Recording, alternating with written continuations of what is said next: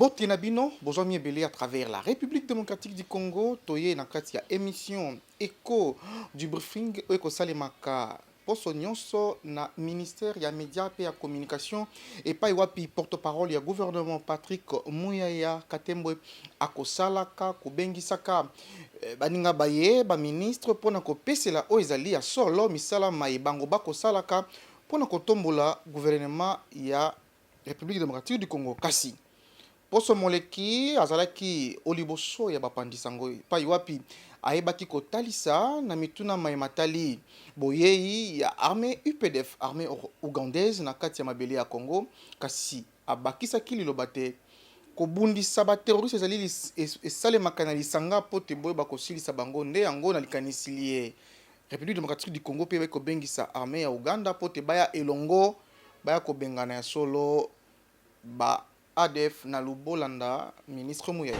Parce que beaucoup de choses ont été dites, ont été mal interprétées.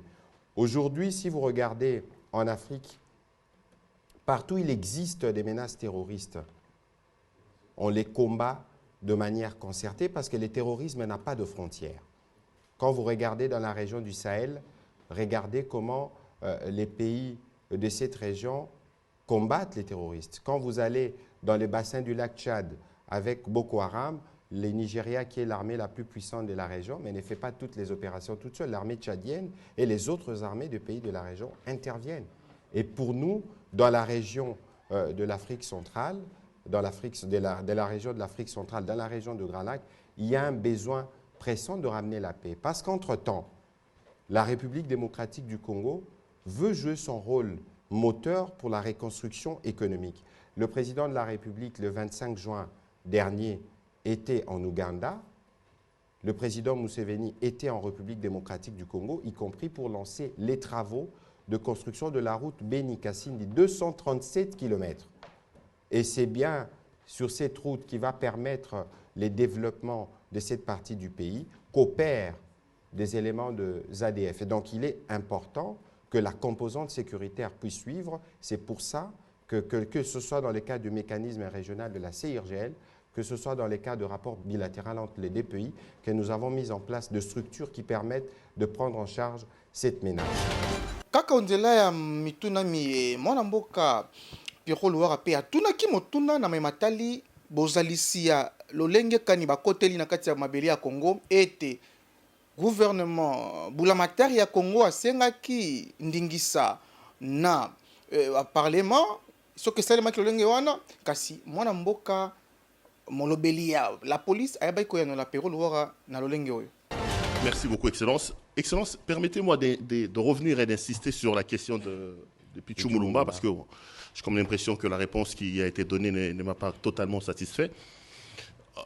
Il vous souviendra que dans ce pays, une opération de cette nature a été menée à un moment donné. C'était l'opération Mojawetu, qui a d'ailleurs à son temps coûté son poste à Vital Kamerhe, qui estimait à l'époque qu'on ne pouvait pas permettre à une armée étrangère de rentrer chez nous sans autorisation de l'armée. Excellence, Monsieur le ministre, est-ce que vous avez reçu l'autorisation du Parlement? Est-ce que le Parlement a été saisi pour cette opération? Le Parlement vous a-t-il autorisé? Il n'y a pas une procédure présentement en République démocratique du Congo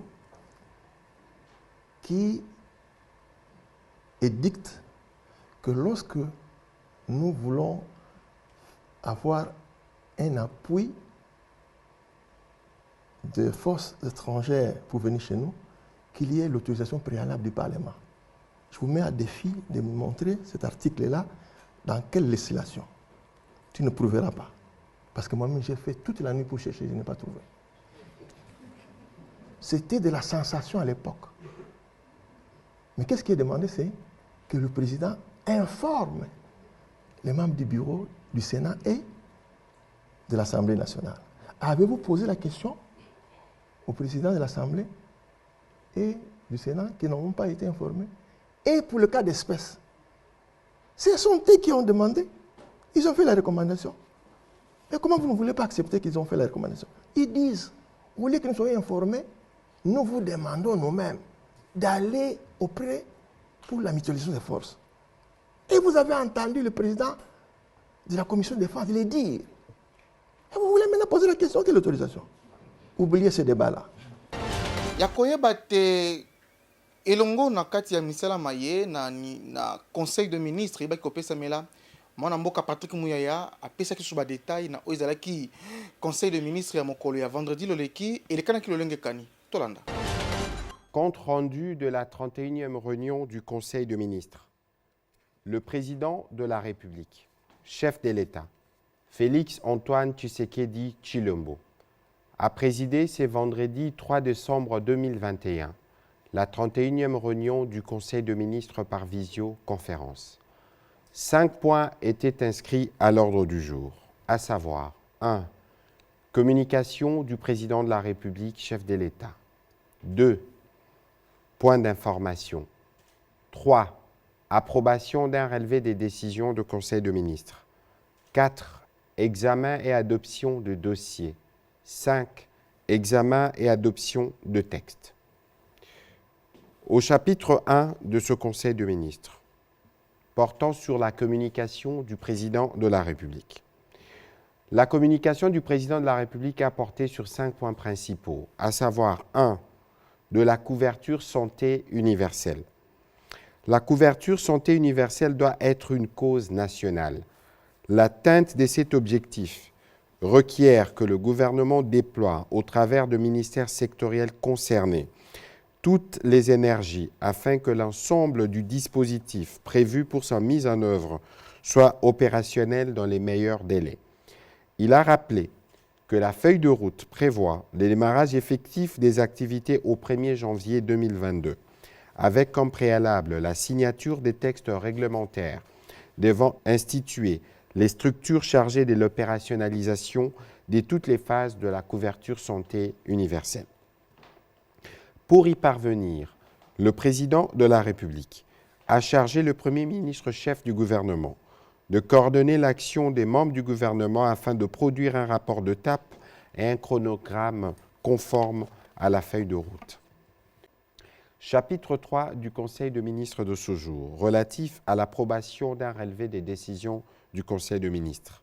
Le Conseil de ministres a adopté le relevé des décisions prises lors de sa 30e réunion tenue le 26 novembre 2021. Troisième point de la communication du président de la République, relatif à la mise en œuvre du projet Kinshasa Zéro Trou. Le projet Kinshasa Zéro Trou, qui a l'ambition d'effectuer des travaux de réhabilitation des axes secondaires de la voirie de Kinshasa sur un linéaire total de 85 km, reparti dans les 4 districts de la ville afin de fluidifier la circulation urbaine. Ce projet a été lancé le 14 octobre dernier pour une durée de 6 mois. Le président de la République a fait part au Conseil du constat observé sur la plupart des artères de la ville-province de Kinshasa. Ces dernières présentent encore de trous, donnant ainsi l'impression que rien de consistant n'était encore fait.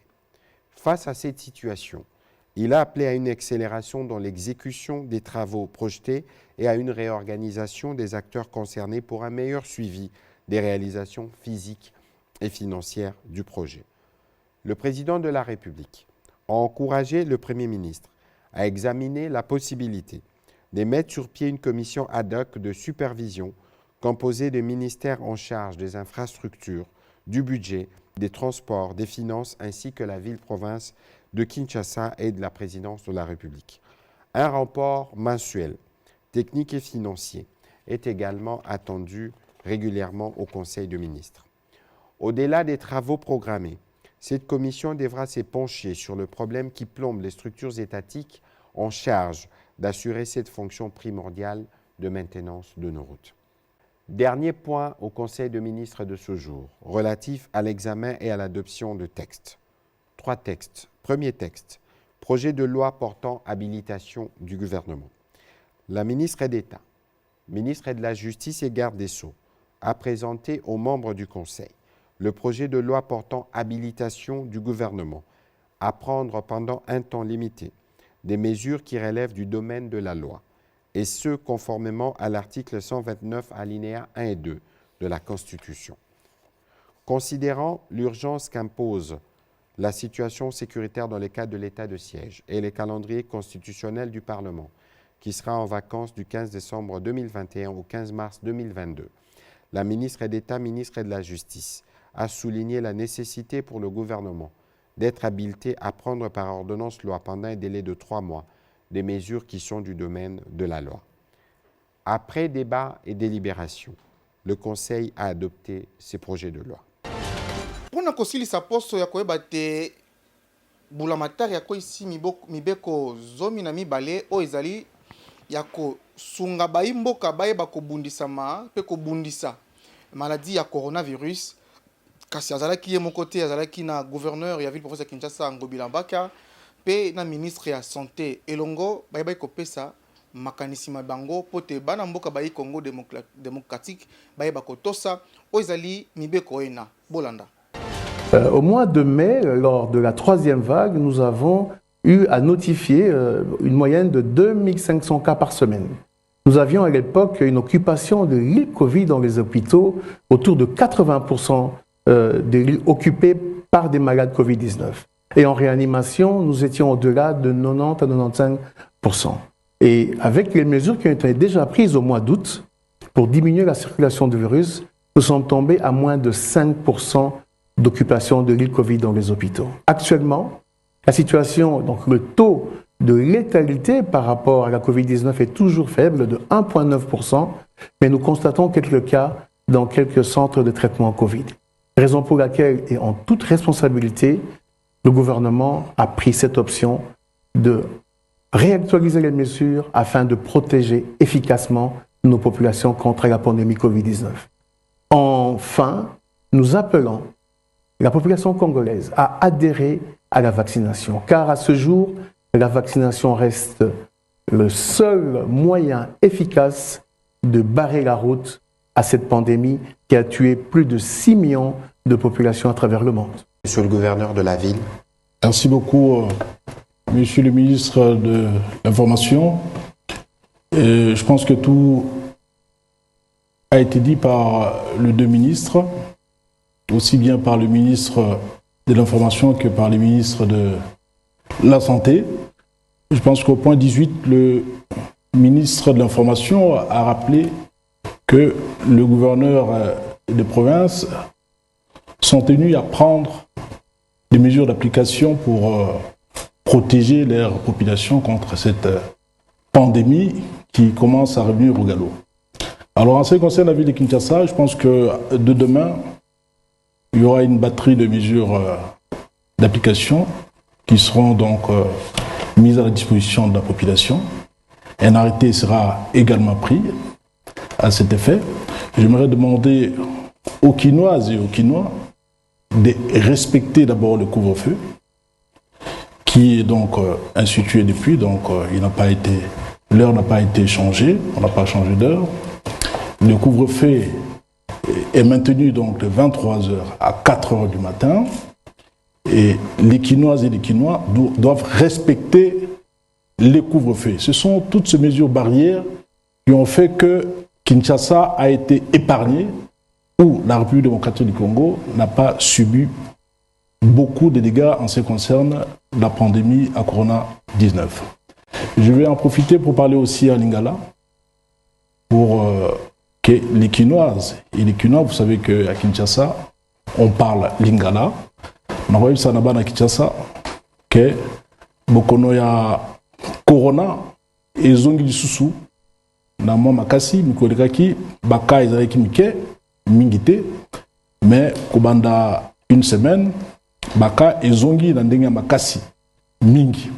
Alors esengeli na bana Kinshasa ba respecter ba mesures barrières, gouvernement ezwaki mokano ya ko rappeler ba mesures barrières tata mokonzi ekolo Félix Antoine Tshisekedi Tshilombo a président qui réunion lobby na cité à Oya et à Sengaki dans le gouvernement ainsi que na gouverneur de la ville de Kinshasa pour rappeler les mesures barrières non soit au bateau basi ba komi kubungisa.